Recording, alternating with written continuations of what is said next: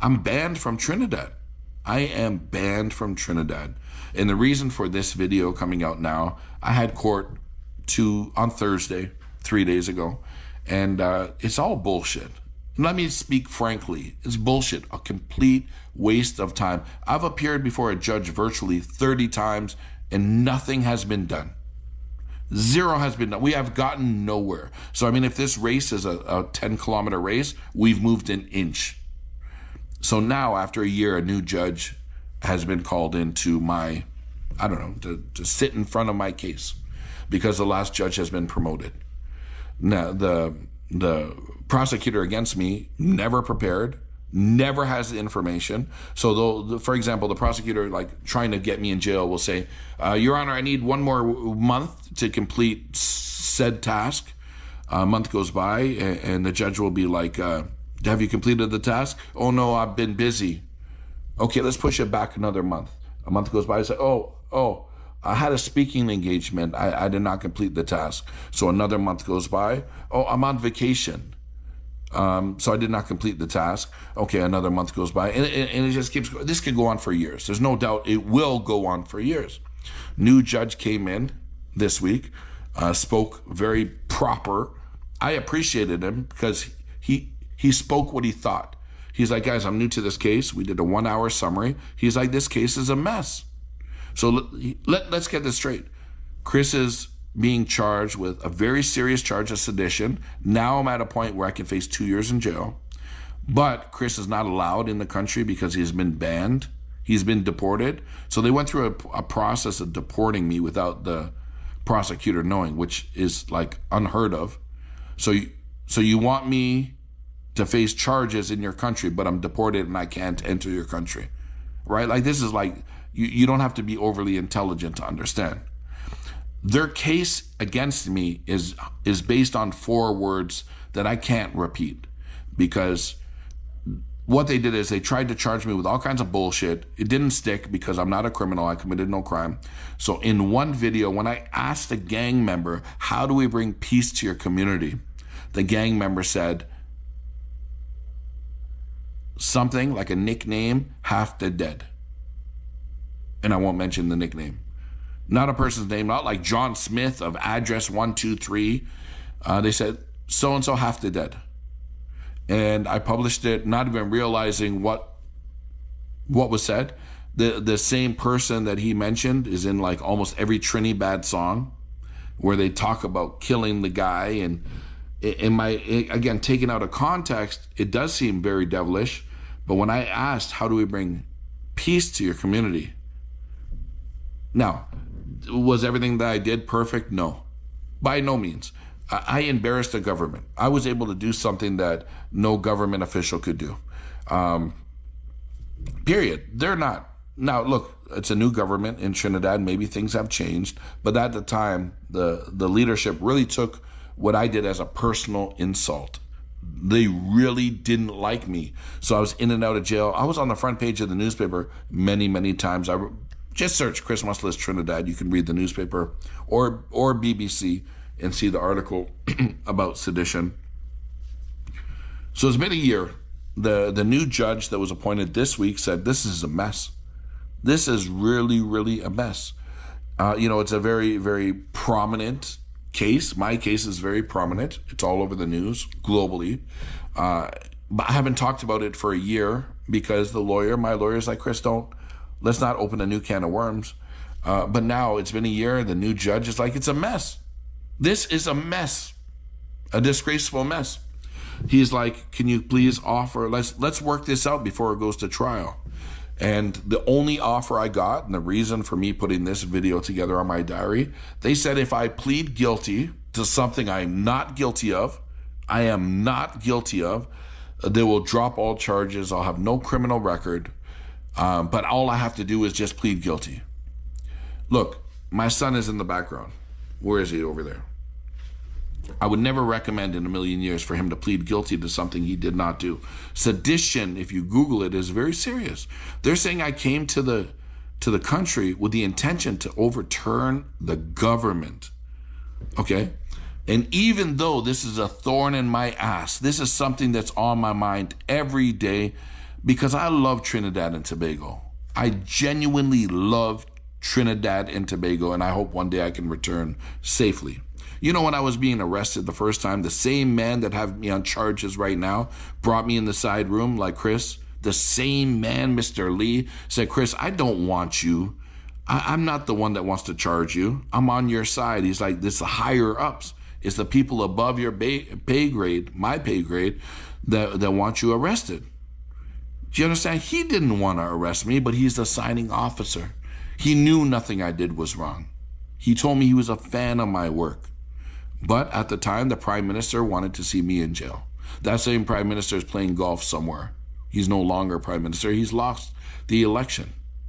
It's crazy. Like, from the correctional officers to the one that ran the jail to the police, everybody respected me. They're like, Chris, you should not be here. All you were doing is showing the reality of Trinidad. And I can't tell you how many photos I took with police and military on the week before I went to jail. They're like, Chris, I want to get a picture with you because I respect you, because my family doesn't know how dangerous Trinidad is. And you're showing them. It makes like they can acknowledge that my work is hard. So they love me and they respected me. The gangsters love and respect me because they see me going alone, solo, into these hoods, one after the next. You'll see I had no problem with no one because I'm simply documenting reality. Now, at that time, Trinidad's murder rates were sky high, and they continue to be sky high a year later. So I get put into jail because there was like a long weekend after a long weekend and a holiday. I think I spent 6 days the first time in the St. Paul. So if you guys know, like the 6th gang, St. Paul, at the end of the street, there's a police station. So I was put in with the 6th gang holding cell. Now, one of the good perks of jail, if that makes sense, in Trinidad is locals can bring you food. And, you know, this, I didn't realize how popular I became in Trinidad. I was at the front page of every newspaper, and I had every restaurant coming and bringing food, not just for me, but for all my cellmates, which they loved. The correctional officers ate with us. And let me say, the correctional officers or the police officers in St. Paul were so respectful of everyone. There was a boy in my cell. I say boy because he was a young boy, crying every night for his mom. He had been charged or arrested for robbing somebody with a knife. And the officers were really, really good to him. Like, they could have just shunned him and like, they could have beat him up. They could have done a lot worse, but they were very respectful. So one of the memories I'll always keep of Trinidad is the police at that station, at that time when I was there, were very good and respectful people. So I went up for my first bail hearing. And this is like, no, I've never even told anybody this whole story, but today, right now, I'm going to tell it all. Right? And the leadership now were the same leadership that spoke highly about me in my case. Like, why are we trying to shoot the messenger? Chris didn't come to Trinidad and bring the problems. Chris acknowledged the problems, documented the problems, so we could fix the problems.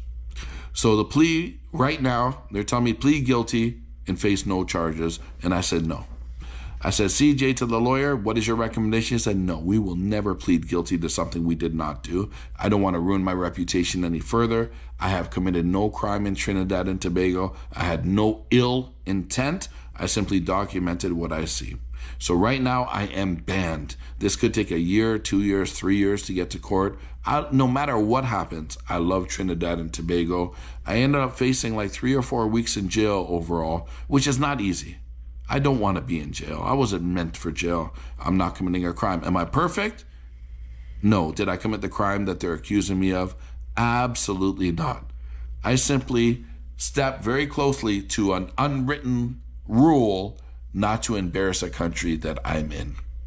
I love Trinidad. Hopefully one day I can return. I appreciate CJ Williams, my lawyer, the best lawyer in all of Trinidad and Tobago. I will not plead guilty to charges I did not commit. That's my diary today.